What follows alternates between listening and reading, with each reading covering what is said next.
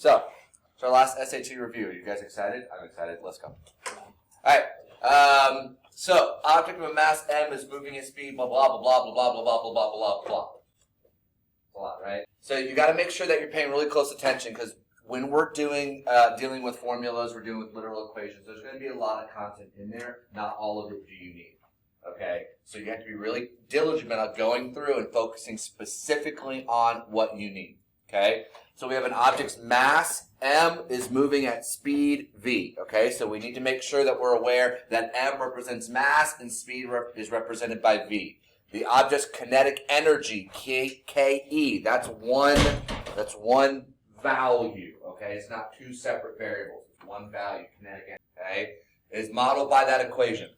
If the mass of the object is halved and its speed is double, the mass is halved and the speed is double. How does it change the kinetic energy? All right? So, all you have to do is literally those operations. Take your equation, cut the mass in half, and double the speed, simplify it, and then compare the start to the end. All right? To see which of these statements makes the most sense. So, if I start with 1/2 times m times v squared, and I go ahead and I split the mass in half and I double the speed, I just need to go ahead and simplify. Okay? So 1/2 times m squared is m over 4. If I square 2v, I end up with 4v. And then when I have m over 4 multiplied by 4v, those 4's are going to cancel, leaving me with just mv. Okay? Squared. That squared disappeared. Okay? mv squared. Compare this to this. What happened? It quadrupled? So we had 1/2 mv squared and we ended up with mv squared. This is half of this, so the kinetic energy was doubled. Okay? To get from here to here, if I can do that without changing slides, we had to double it. Okay? So when we halved the mass, doubled our speed, we get double kinetic energy. Alright? Okay? The gas container will escape through holes of microscopic size as long as the holes are larger than the gas molecules. This process is called effusion. You need to know none of that. Not important at all. Super exciting. If a gas of molar mass M1 effuses at a rate of R1 and a gas of molar mass M2 effuses at a rate of R2, then the following relationship holds. Again, you need to know none of that.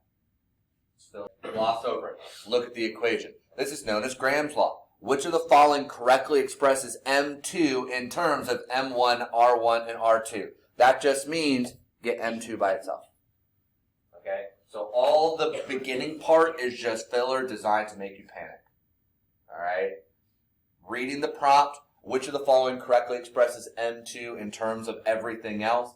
Get M2 by itself. You need to isolate that specific variable. Okay? Now, how can I get M2 out of this radical? How do I get M2 out of the radical?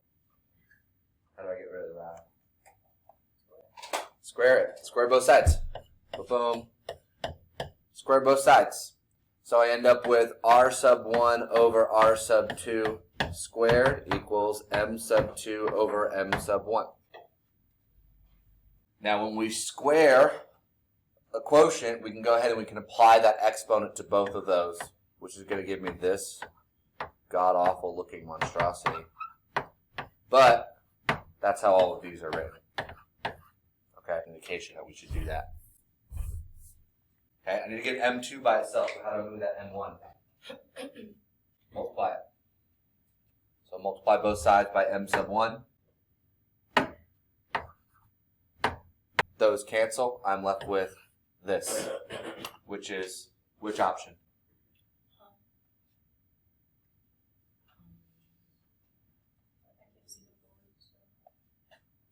You know those PowerPoints on Canvas, right? The difference between B and A is that these are switched in order. They put M sub 2 up top versus M sub 1 on the bottom. Or sorry, R. R sub 1 is on the top. It didn't move, so it needs to stay up top, so we need to pick A. Okay? Getting your variables isolated. Alright, last one. This one will take a little bit of time, but then we'll be all done. Alright? Store manager estimates that a video game sold at a price P dollars will at price of P dollars, the store will have in dollars of that equation from the sale of video games. Which of the following equivalent forms of RP shows as constants or coefficients the maximum possible weekly revenue? The price will result from the maximum revenue. Okay, talking about maximum. All right, indicates what part of a quadratic. Key feature of a quadratic. We're talking about maximum or minimum. Anybody? Volume. Of a quadratic. Variable. Vertex. Variable.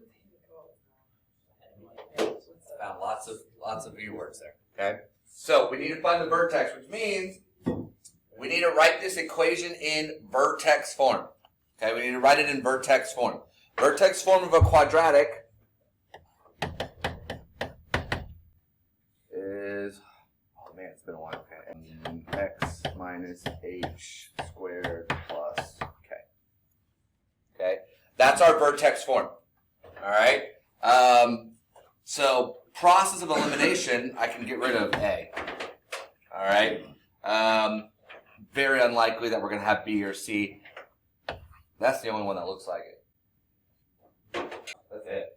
Now, if you want to check it, you want to actually do the process, and it's not a bad idea because you do need to know how to complete the square. You probably won't have to do it with one this involved with these large of numbers, but you could. It's really not that bad. You need to know how to complete the square. Okay? So completing the square, negative P squared plus 200P. We're going to take this and rewrite it in this form. All right? First thing you need to do when you're completing the square is you need to factor out your leading coefficient. Okay? I don't want a negative 4 in front, so I'm going to factor that out. Regardless of whether it's a greatest common factor or not, you need to factor it out. So you may end up with some fractions. All right? In this case, we're not because we have a common factor, so it's not going to be that big a deal. We factor out negative 4. We're left with P squared minus 50P. And then we need to add something here. Okay? But whatever I add here, I also need to subtract here because otherwise I'm changing the equation. I need to make this into a perfect square trinomial. Okay? I need to force this to be a perfect square trinomial. So what I'm going to put in here is the value b over 2 squared. My b value is negative 50 on my quadratic, a, b, c. So negative 50 over 2 squared.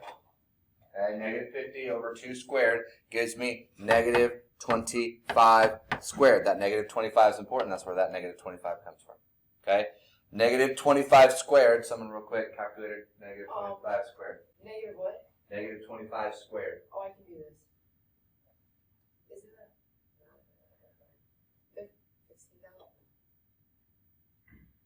625.